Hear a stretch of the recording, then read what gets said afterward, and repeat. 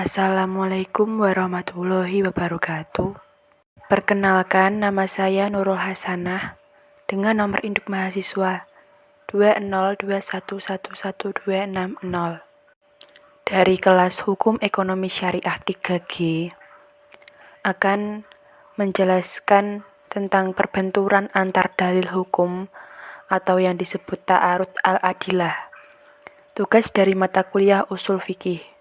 Yang pertama yaitu pengertian ta'arud al-adilah. Menurut Abdul Wahab Kholaf, secara bahasa ta'arud berarti bertentangannya sesuatu dengan sesuatu yang lain. Adapun secara istilah, ta'arud adalah bertentangnya suatu hukum dengan hukum yang lain yang menghendaki sebuah ketetapan yang sama pada satu waktu. Sedangkan menurut Profesor Dr. Haji Amir Syarifuddin, ta'arud memiliki kesamaan dengan arti ta'adul dan takobul. Menurutnya, ta'arud atau perbenturan antar dalil hukum adalah saling berlawanannya dua dalil hukum, yang salah satu di antara dua dalil itu menafikan hukum yang ditunjuk oleh dalil lainnya. Dan menurut Ali Hasbullah mendefinisikan ta'arud dengan sebuah dalil yang berbunyi an yaqtadiya ahadud dalilainil mutasyawiyaini fi martabati subuti naqdi ma yaqtadihil akhar, yang artinya sebuah dalil yang sama martabat subatnya mengandung ketentuan yang bertentangan dengan ketentuan dalil yang lain. Contoh ta'arud al-adilah yaitu ayat yang mewajibkan kita membuat wasiat untuk kedua orang tua dan kerabat yang tertera pada Al-Quran surat Al-Baqarah ayat 178. Namun, di lain pihak hadis melarang wasiat itu kepada ahli waris. Contoh lain adalah membasuh atau menyapu kedua kaki ketika berwudu. Hal ini terdapat dalam firman Allah surat Al-Maidah ayat 6 yang berbunyi wamsahu biru'usikum wa arjulakum ilal ka'bain, yang artinya dan sapulah kepalamu dan basuhlah kakimu sampai dengan kedua mata kaki. Dalam satu qiraat dibaca wa arjulakum, sehingga ada ulama yang berpendapat bahwa kaki itu wajib dibasuh ketika berwudu. Namun dalam qiraat lain dibaca wa arjulikum, sehingga ada ulama yang mengatakan bahwa kaki itu cukup disapu saja ketika berwudu. Macam-macam ta'arud al-adilah. Yang pertama yaitu ta'arud antara Al-Quran dengan Al-Quran. Yang kedua, ta'arud antara sunnah dengan qiyas. Yang ketiga, ta'arud antara sunnah dengan sunnah. Dan yang keempat, ta'arud antara qiyas dengan qiyas. Yang selanjutnya kita membahas pendapat dari beberapa ulama. Para ulama berbeda pendapat mengenai masalah perbenturan antara dua dalil yang qat'i, yaitu A. Pendapat terbanyak di kalangan ulama menyatakan bahwa antara dua dalil yang qat'i tidak mungkin terjadi pertentangan. Alasannya, karena setiap dalil yang qat'i mengharuskan adanya hukum atau madlul. B. Ada ulama yang memungkinkan bertemunya dua dalil qat'i yang saling berbenturan. Masing-masing dalil tersebut dipegang oleh ulama yang memandangnya sebagai dalil qat'i. Selain itu, perbedaan antara pendapat pun terjadi mengenai masalah perbenturan dua dalil yang bersifat dzonni, yaitu A. Sebagian ulama menolak terjadinya pertentangan antara dua dalil yang dzanni atau sebagaimana tidak bolehnya perbenturan dua dalil yang qat'i. B. Golongan lain membolehkan terjadinya pertentangan dua dalil yang dzanni karena tidak ada halangan bagi pertentangan tersebut selama terbatas pada dalil yang bukan qat'i. Selanjutnya yaitu solusi atas perbenturan dalil hukum. Yang pertama, menurut Ali Hasbullah mengatakan bahwa jika dua dalil yang bertentangan keduanya qat'i, tidak mungkin ditarjih. Carilah mana yang lebih dahulu melalui asbabul wurudnya. Kemudian dalil yang terakhir dinasah oleh dalil yang datang lebih dahulu. Kedua, menurut Abdul Wahab Khalaf, menawarkan 4 buah opsi. Opsi yang pertama, jika terjadi pertentangan antara dalil hukum, maka kompromikan dalil-dalil yang bertentangan tersebut melalui jalan takwil. Opsi yang kedua, jika tidak ada kompromi, gunakan cara tarjih dengan mencari dalil yang lebih utama. Opsi yang ketiga, jika tidak bisa, lakukan nasah. Tentunya, dengan mencari tahu dulu sejarah pewahyuan dalil tersebut. Opsi yang keempat, jika masih tidak bisa, maka dalil yang kontradiksi tersebut ditangguhkan. Ketiga, menurut Muhammad Abu Zahroh berpendapat, jika terjadi pertentangan antara dua dalil, maka carilah asbabul wurud dalil tersebut untuk melakukan nasah di antara dalil tersebut. Jika tidak bisa, lakukan tahsih atau penghusuan. Kalau masih ada kontradiksi, dilakukan tarjih. Konsep pertentangan antar dalil. Menurut bahasa Arab, pertentangan atau kontradiksi disebut juga ta'arud, berarti ketidakpaduan satu dengan yang lainnya, atau ketidakcocokan satu dengan yang lainnya. Hal ini berarti, secara etimologi, berarti salah satu dari dua dalil menghendaki dari hukum yang berbeda dari hukum yang dikehendaki dari dalil yang lain. Pertama, menurut Asy-Syaukani, dalam karya monumentalnya, Irsyad al-Fuhul, menjelaskan berarti salah satu dari dua dalil menunjukkan pada hukum suatu peristiwa tertentu. Sedangkan dalil yang lain menunjukkan hukum yang berbeda dengan itu. Yang kedua, menurut Al-Hudari baik, menjelaskan ta'arud ialah bila maksud suatu dalil bertentangan dengan maksud dalil yang lain.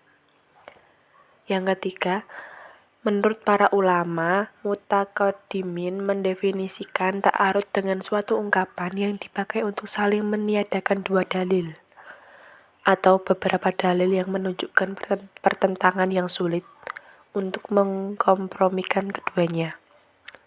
Seperti dalil satu menunjukkan hukum wajib, sementara yang lain menunjukkan hukum haram. Selanjutnya, metode Hanafiyah dalam memecahkan ta'arud. Ta'arud yang terjadi pada dalil-dalil selain nas, semisal ta'arud antara dua qiyas, maka wajib bagi seorang mujtahid untuk mentarjih kedua qiyas tersebut dengan mengutamakan salah satunya. Apabila pertentangan terjadi antara dua nas, ulama Hanafiyah menggunakan metode sebagai berikut. Yang pertama yaitu nasah. Dari metode ini, seorang mujtahid harus melacak sejarah dari kedua nas, dan ketika sudah diketahui mana yang lebih dahulu datang dan mana yang datang kemudian, maka nas yang datang kemudian hukumnya menasah yang terdahulu. Contoh terjadinya pertentangan antara ayat dengan ayat adalah ayat tentang iddah wafat dengan ayat tentang iddah hamil. Yang kedua, tarjih. Tarjih adalah menguatkan salah satu dari dua dalil yang bertentangan berdasarkan beberapa qarinah yang mendukung ketetapan tersebut. Apabila dua dalil yang bertentangan sulit dilacak sejarahnya oleh seorang mujtahid, maka mujtahid tersebut harus merajihkan salah satu dalil ketika memungkinkan. Pentarjihan bisa menggunakan beberapa metode tarjih. Semisal menguatkan nas yang muhkam daripada nas yang mufassar, menguatkan dalil yang mengandung hukum haram dari dalil yang mengandung hukum boleh. Dan dari segi adalah dzabit, faqih dan sebagainya seorang perawi hadis. Yang ketiga, al-jam'u wa at-taufiq atau metode kompromi. Apabila kesulitan untuk dilakukan pertarjihan, maka seorang mujtahid beralih ke metode berikutnya, yaitu metode kompromi di antara dua dalil. Sebab mengamalkan dua dalil yang berbenturan itu lebih baik daripada meninggalkan keduanya. Sedangkan cara-cara kompromi sebagaimana disebutkan dalam kitab Musalam ad-Subut dan lainnya adalah dengan mengamati karakter dua dalil yang ada. Misalnya, kedua dalil tersebut sama-sama bersifat umum, maka dilakukan kompromi dengan cara diversifikasi. Yang keempat, tasakut al-dalilain. Tasakut al-dalilain adalah langkah terakhir mujtahid yang berarti menggugurkan kedua dalil yang bertentangan dan mencari yang lebih rendah. Hal ini ditempuh apabila tidak bisa menggunakan ketiga cara di atas. Misalnya, ada pertentangan antara dua ayat, sedang tata cara sebelumnya sangat sulit dipakai. Maka langkah yang harus ditempuh adalah mengambil keterangan yang lebih rendah dari Al-Quran yaitu sunnah. Selanjutnya metode Syafi'iyah dalam mengurai ta'arud. Adapun apabila ada dua nas yang saling bertentangan menurut pandangan zahir mujtahid, maka menurut Syafi'iyah, Malikiyah, Hanabilah, dan Zahiriyah wajib bagi mujtahid untuk mencari solusi dan berijtihad sesuai urutan langkah-langkah berikut ini. Yang pertama, al-jam'u wa al-taufiq. Menurut aliran Syafi'iyah, cara pertama untuk menyelesaikan dua dalil yang bertentangan adalah dengan mengkompromikan kedua dalil tersebut. Ketika memungkinkan untuk mengkompromikan, maka sudah seharusnya keduanya diamalkan dan tidak boleh mentarjih salah satu antara keduanya. Cara yang digunakan untuk mengkompromikan kedua dalil tersebut ada 3. Pertama, membagi kedua hukum yang bertentangan. Kedua, memilih salah satu hukum. Ketiga, mengambil dalil yang lebih khusus, misalnya tentang masa iddah wanita hamil. Yang kedua, yaitu tarjih. Apabila tidak bisa menggunakan metode al-jam'u wa at-taufiq, seorang mujtahid beranjak pada tahapan selanjutnya, yaitu tarjih, yakni menguatkan salah satu dalil. Yang ketiga, nasah. Ketika cara tarjih tidak dapat memberikan jawaban atas ta'arud baina al-adilah, maka melangkah pada nasah, yakni membatalkan hukum yang terkandung dalam dalil yang terdahulu dan mengamalkan hukum pada dalil yang turun kemudian. Yang keempat, tasakut al-dalilain, atau langkah terakhir yang ditempuh apabila seorang mujtahid merasa kesulitan menyelesaikan pertentangan antar dalil, ialah tasakut al-dalilain, yakni meninggalkan dalil-dalil yang bertentangan dan beralih pada dalil yang lebih rendah derajatnya. Pertentangan dua kias. Yang pertama, menurut Abu Zahrah menjelaskan tidak akan timbul perbedaan sudut pandang dalam suatu kias manakala ilatnya termaktub dalam nas, telah terjadi kesepakatan ulama terhadap suatu ilat tertentu. Yang kedua, menurut Al-Hudari menjelaskan bahwa apabila dua kias bertentangan dan tidak ada penguat bagi salah satu dari keduanya, maka mujtahid mengamalkan dengan apa yang disaksikan oleh hatinya setelah melakukan penyelidikan.